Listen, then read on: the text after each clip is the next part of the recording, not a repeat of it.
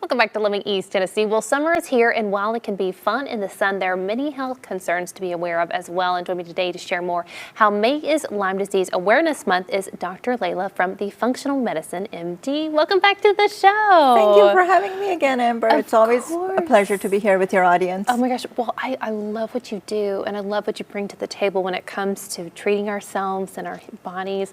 And I had no idea how common Lyme disease truly is. Yeah, even though, compared to heart disease or stroke, there are about 475,000 cases a year, but it deserves its own month. Absolutely. Because it's so elusive.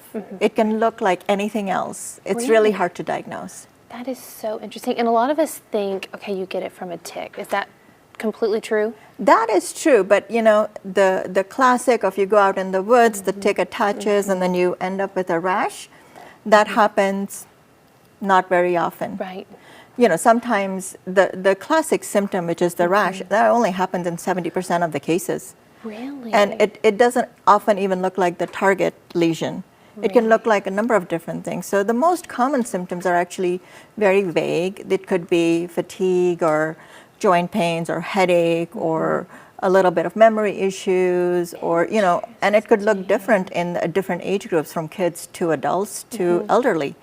Absolutely. So when people at home experiencing some of these symptoms pretty regularly, what kind of goes through your mind of like, okay, how do I even get this checked out or know if it's something I have? Right, and that's what happens. People live with this for years, and you know how we blame it, oh, I'm tired, or I've been working too hard, I worked out too much, work is stressful, I'm working night shifts, so we blame it. That's what happened to me. I had Lyme disease, and I had no idea. My staff drew my blood work, it came positive. I had them redraw it because I didn't believe it was true.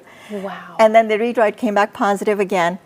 But then when I treated myself, Amber, I could tell you, I was saying, oh, this is how normal people feel. Really? So it's truly like the frog in the boiling water. Amazing. Yeah, absolutely. Because we let it go because the symptoms are so subclinical that, and then people get labeled as fibromyalgia or chronic fatigue or MS or things like that. And if you only test for Lyme disease, then we would know. That is so interesting. So what are some of the most common symptoms you see? Because like you said, it could be diagnosed with or misdiagnosed very commonly. Right. What are some of those symptoms that you see that stand out to you the most when someone comes to you? Right. So the most common things are fatigue, joint pains, muscle pain. But that's like an adult, okay? In the kids, it could look different. So I don't know how many 2-year-olds you know. I don't know many that would say, oh, my mom, my joints hurt or I feel tired. So look for signs of like, oh, the kid is more withdrawn or doesn't want to play, doesn't want to eat as much, and he's not developing as he should or she should. And same thing in the elderly, you notice that your elderly parents are getting a little bit more forgetful or they're complaining a little bit more of joint pains than before. And it's not even like, you don't have to do a big thing to get get bit by the deer tick.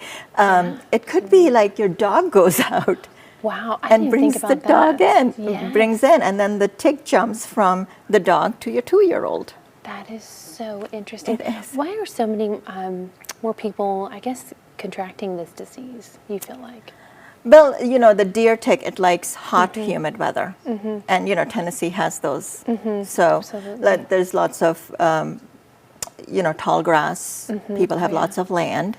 Absolutely. There are horses. And people like to go hiking and camping because we have beautiful mountains. Absolutely. So it's really, people only always think that it's the East Coast, but it's everywhere. Absolutely. I've lived in several different regions of the East Coast, and it's amazing how many ticks there are. I'm so fearful, and I can't wait to rejoin you and talk more about this subject. It's so interesting to me, and learn more about your practice and how you, in particular, treat Lyme disease. It's going to be a wonderful conversation. I'm really excited for it. Absolutely.